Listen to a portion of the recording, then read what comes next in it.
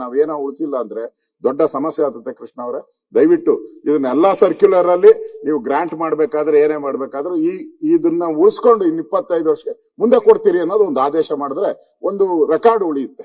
ಧನ್ಯವಾದ. ಸನ್ಮಾನ್ಯ ಸಭಾಧ್ಯಕ್ಷರೇ, ಕೆಲವು ನಾನು ಅವ್ರ ಪ್ರಕಾರ 10 ವರ್ಷದಿಂದ ನಾವು ಕೂಡ ಮಾಡಿದೀವಿ. ನಮ್ಮ ಸರ್ಕಾರ ಟೈಮ್ನಲ್ಲಿ ನಾವು ಸಂಚಾನ ಭೂಮಿ ಮಾಡಿದೀವಿ, ಸಂಚಾನ ಭೂಮಿಗೆ ಹೋಗ್ಲಿಕ್ಕೆ ದಾರಿ ರಸ್ತಾ ಎಲ್ಲ ಮಾಡಿದೀವಿ. ಆದ್ರೆ ಕೆಲವು ಊರು ಬಾಕಿ ಇದೆ. ತಾಂಡಾಗೆ ತಾಂಡಾಗೆ ರೆವೆನ್ಯೂ ಆಗಿದೆ, ರೆವೆನ್ಯೂ ತಾಂಡಾಗೆ ಬಿ ಸಂಚಾನ ಭೂಮಿ ಇಲ್ಲ. ಆಮೇಲೆ ನಮ್ದು ವಿನಂತಿ ಇದೆ, ನಮ್ ಜಿಲ್ಲೆನಲ್ಲಿ ಬಹಳ ತಾಂಡ ಇದೆ, ಜಾಸ್ತಿ ಇದೆ. ಬೀದರ್ ಜಿಲ್ಲೆನಲ್ಲಿ, ಅವರ ತಾಲೂಕಿನಲ್ಲಿ ಒಂದು 30 ತಾಂಡಾಗೆ ರೆವೆನ್ಯೂ ಮಾಡಿದಿರಿ. ನಮ್ಮ 157 ತಾಂಡ ಇದೆ, 157 ತಾಂಡ. ಬಾಕಿ ತಾಂಡ ಸರ್ವೆ ಮಾಡಿ ರೆವೆನ್ಯೂ ಮಾಡಬೇಕು. ಏನ್ ಮಾನದಂಡ ಇದೆ ತಾವು ಮಾಡಬೇಕು, ವಿನಂತಿ ಇದೆ. ಆಮೇಲೆ ಫ್ಯೂಚರ್ ನಲ್ಲಿ ಸಂಶಾನ್ ಭೂಮಿ ಬೇಕೇ ಬೇಕು. ಸನ್ಮಾನ ಸಚಿವರೇ, ನಮ್ 2 ಊರವ, ಲಿಂಗಿ ಗಣೇಶ್ಪುರ್ ಒಂದು, ಎಲ್ಲಿ ಬಾಜು ಅವರು ಜಾಗ ಕೊಟ್ಟಿಲ್ಲ. ಅವರು ಅಧ್ಯಕ್ಷ ಕೇಳ್ರಿ, ನೀವು ಅಪರೂಪ ಕ್ವಶನ್ ಕೇಳ್ತೀನಿ, ಆಯ್ತು ಹೇಳ್ತೀರಿ. ಅದನ್ನೇ ನೀವು ಹೇಳ್ತಾ ಇದ್ರೆ ಆಗದಿಂದ 15 ನಿಮಿಷ ಆಯ್ತು. ರೋಡ್ ನಲ್ಲಿ ಅಂತಿಮ ಕ್ರಿಯೆ ಆಯ್ತು. ಗಣೇಶ್ಪುರ್ ಒಂದು, ಲಿಂಗಿ ಒಂದು, ನಮ್ದು ಊರ್ ತಾಲೂಕಿನಲ್ಲಿ ಬಹಳ ಗಂಭೀರ ಪರಿಸ್ಥಿತಿ ಆಯ್ತು. ತಹಶೀಲ್ದಾರ್ ಬಂತು, ಪೊಲೀಸ್ ಬಂತು, ಜಗಳ ಗಲಾಟೆ ಆಯ್ತು. ಅದಕ್ಕಾಗಿ ತಮ್ದೇ ವಿನಂತಿ ಇದೆ, ನಾನು 10 ವರ್ಷದಿಂದ ಮಾಡಿದೀವಿ, ನಾವೇ 4 ವರ್ಷ ಕೃಪೆದಿಂದ, ದೇವರ ಕೃಪೆದಿಂದ. ಬಟ್ ಕೆಲವು ಜನ ಜಾಗ ಕೊಡ್ತಾ ಇಲ್ಲ, ವ್ಯಾಲ್ಯೂಯೇಷನ್ ಜಾಸ್ತಿ ಆಗಿದೆ. ಅದಕ್ಕಾಗಿ ಸರ್ಕಾರಕ್ಕೆ ವಿನಂತಿ ಇದೆ, ವ್ಯಾಲ್ಯೂಯೇಷನ್ ತಾವು ಜಾಸ್ತಿ ಮಾಡ್ರಿ. ಆಮೇಲೆ ಪ್ರತಿ ಊರಿಗೆ ಸಂಶಾನ್ ಬೇಕು. ಫ್ಯೂಚರ್ ನಲ್ಲಿ ಏನ್ ಮಾಡ್ತೀರಿ? ಬಹಳ ಗಂಭೀರ ಪ್ರಶ್ನೆ ಇದೆ. ಗಂಭೀರ ಪ್ರಶ್ನೆಗೆ ತಾವು ಅಧ್ಯಕ್ಷರೇ ಥೋಡ ನಮ್ಮ ಯಾವಾಗ ಕ್ವಶನ್ ಹಾಕಲ್ಲ. 15 ನಿಮಿಷ ಆಯ್ತು ಮಾತಾಡುದು. ಇಲ್ಲ, ಹೌದಾ? ವಿಶ್ವ ಗಂಭೀರ ಇದೆ, ಹೇಳಿದ್ದೀರಿ. ಅದಕ್ಕಾಗಿ ಮಂತ್ರಿಗೆ ವಿನಂತಿ ಇದೆ, ಪ್ರತಿ ತಾಂಡಾಗೆ, ಪ್ರತಿ ವಿಲೇಜ್ಗೆ ನಮ್ಮ ಸಂಚಾನ ಭೂಮಿ ಬೇಕು. ಆಮೇಲೆ ಮೂಲ ಸೌಕರ್ಯ ತಾವು ಮಾಡ್ಲೇಬೇಕು, ವಿನಂತಿ ಮಾಡ್ತಾ ಇದ್ದೀವಿ. ಮಾನ್ಯ ಅಧ್ಯಕ್ಷರೇ, ಪ್ರತಿಪಕ್ಷದ ನಾಯಕರು ಹೇಳಿದ್ದು 100ಕ್ಕೆ 100 ನಂದು ಕೂಡ ಸಹಮತ ಇದೆ.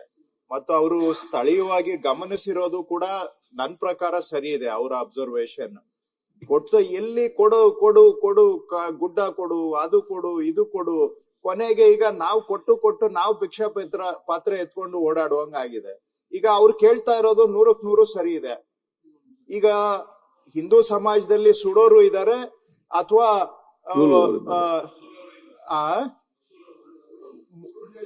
ಉಳುವವರು ಇದ್ದಾರೆ. ಈಗ ಬೆಂಗಳೂರು ಸುತ್ತಮುತ್ತ ಯಾರು ಉಳ್ತಿದ್ರು ಅವರು ಕೂಡ ಅನಿವಾರ್ಯ ಜಾಗದ ಕೊರತೆಯಿಂದ ಈಗ ಸುಡೋ ಪದ್ಧತಿಗೆ ಬಂದಿದ್ದಾರೆ. ಆದ್ರೆ 2 ಅಲ್ಪಸಂಖ್ಯಾತ ಸಮುದಾಯದಲ್ಲಿ ಸುಡೋದಕ್ಕೆ ಅವಕಾಶ ಇಲ್ಲ, ಅವ್ರಿಗೆ ಭೂಮಿ ಕೊಡ್ಲೇಬೇಕು ನಾವು. ಆದ್ರೆ ಈ ಕೊಟ್ಟು ಅವರೆಲ್ಲ ಸಿಟ್ಟಾಗಿದ್ದಾರೆ. ಈಗ ಭೂಮಿ ಕೊಡ್ತಾ ಇಲ್ಲ ನಮ್ಗೆ ಅಂತ ಬಹಳ ಸಿಟ್ಟು ನಮ್ಮ ಮೇಲೆ.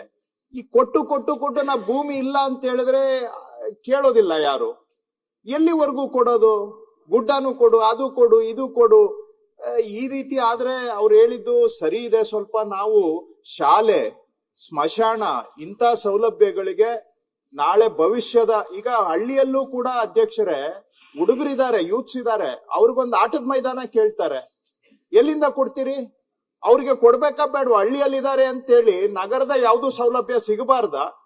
ನಾಳೆ ಅವರಿಗೂ ಆಟದ ಮೈದಾನ ಕೊಡ್ಬೇಕಾಗುತ್ತೆ, ನಾವು ಪಾರ್ಕ್ ಕೊಡ್ಬೇಕಾಗುತ್ತೆ. ಹಳ್ಳಿಯಲ್ಲಿ ಶಾಲೆಗೆ ಸೂಕ್ತ ಜಾಗ ಇರಬೇಕು, ಸ್ಮಶಾನಕ್ಕೆ ಬೇಕು, ಬೇರೆ ಏನಾದ್ರೂ ಮಕ್ಕಳು ಕೈ ಚಾಚೋದಕ್ಕಾದ್ರೂ ಸ್ವಲ್ಪ ಜಾಗ ಇರಬೇಕು. ಅದಕ್ಕೆಲ್ಲ ನೀವು ಕಟ್ಟುನಿಟ್ಟಾಗಿ ಕಾಯ್ದಿರಿಸಬೇಕು ಅಂತ ಪ್ರತಿಪಕ್ಷದ ನಾಯಕರು ಏನ್ ಹೇಳಿದ್ದಾರೆ, ಅದ್ರ ಕಡೆ ಖಂಡಿತವಾಗಿ ನಾವು ಅದನ್ನ ಒಪ್ತೇವೆ, ಅದನ್ನ ಅನುಷ್ಠಾನ ಮಾಡ್ಲಿಕ್ಕೂ ಕೂಡ ಮಾಡ್ತೇವೆ ಅಧ್ಯಕ್ಷರೇ. ಇನ್ನ ಮಾನ್ಯ ಶಾಸಕರು ಹೇಳಿದ್ದು, ಅವರು ನಾನು ಗುರುತಿಸಿದಾಗೆ 9 ವಸತಿ ಪ್ರದೇಶಕ್ಕೆ ಇಲ್ಲ ಅಂತ ವರದಿ ಬಂದಿದೆ. ಇನ್ನೂ ಹೆಚ್ಚಿದ್ರೆ ತಾವು ಕೊಡಿ. ಈಗ ಮಾರ್ಗಸೂಚಿ ದರಕ್ಕಿಂತ 3 ಪಟ್ಟುವರೆಗೆ ಕೊಡ್ಲಿಕ್ಕೆ ಅವಕಾಶ ಇದೆ. 3 ಪಟ್ಟುವರೆಗೆ ಪರಿಹಾರ ಕೊಟ್ಟು ಖರೀದಿ ಮಾಡ್ಲಿಕ್ಕೆ ಅವಕಾಶ ಇದೆ. ಫಸ್ಟ್ ಪ್ರಯಾರಿಟಿ ಹತ್ತಿರದಲ್ಲಿರುವ ಸರ್ಕಾರಿ ಜಾಗದಲ್ಲಿ ಅವರಿಗೆ ಕಾಯ್ದಿರಿಸ್ತೇವೆ. 2ನೇದು ಎಲ್ಲೂ ಅದು ಸೆಟ್ ಆಗ್ಲಿಲ್ಲ ಅಂತ ಹೇಳಿದ್ರೆ ಖರೀದಿ ಮಾಡೋದಕ್ಕೂ ಕೂಡ ಅವಕಾಶ ಮಾಡಿಕೊಡ್ತೇವೆ. ಅದು ಯಾವ್ದಾದ್ರು ಈ 9 ನಮ್ಮ ನಜರಲ್ಲಿ ಇದೆ. ಅದು ಬಿಟ್ಟು ಇನ್ನೇನಾದ್ರೂ ಇದ್ರೆ ತಾವು ಕೊಡಿ.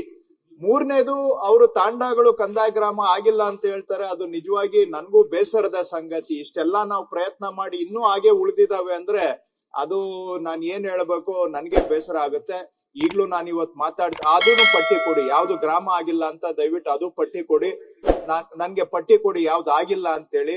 ಅದು ಆ ರೀತಿ ಆಗದೆ ಹೋಗಿದ್ರೆ ನಿಜವಾಗ್ಲೂ ಅದು ನಮ್ಮ ವೈಫಲ್ಯ ಆಗುತ್ತೆ. ಅದನ್ನ ನಾವು ಒಪ್ಕೊಳ್ಬೇಕು. ಇಷ್ಟೆಲ್ಲ ಪ್ರಯತ್ನ ಮಾಡಿ ಇನ್ನೂ ತಾಂಡಗಳು ಕಂದಾಯ ಗ್ರಾಮ ಮಾಡಿಲ್ಲ, ಪ್ರಸ್ತಾವನೆ ಬಂದಿಲ್ಲ ಅಂತ ಹೇಳಿದ್ರೆ ನಿಜವಾಗೂ ಬೇಸರದ ಸಂಗತಿ. ಅದನ್ನ ನೋಡೋಣ, ಈಗ ಸರಿಪಡಿಸ್ಲಿಕ್ಕೆ ಅವಕಾಶ ಆಗುತ್ತೋ ಇಲ್ವೋ. ಬಟ್ ಅಟ್ಲೀಸ್ಟ್ ಪಟ್ಟಿ ಆದ್ರೂ ಕೂಡ ನಾನು ಅಧಿಕಾರಿಗಳಿಂದ ವಿವರಣೆ ತಗೊಳ್ತೇವೆ.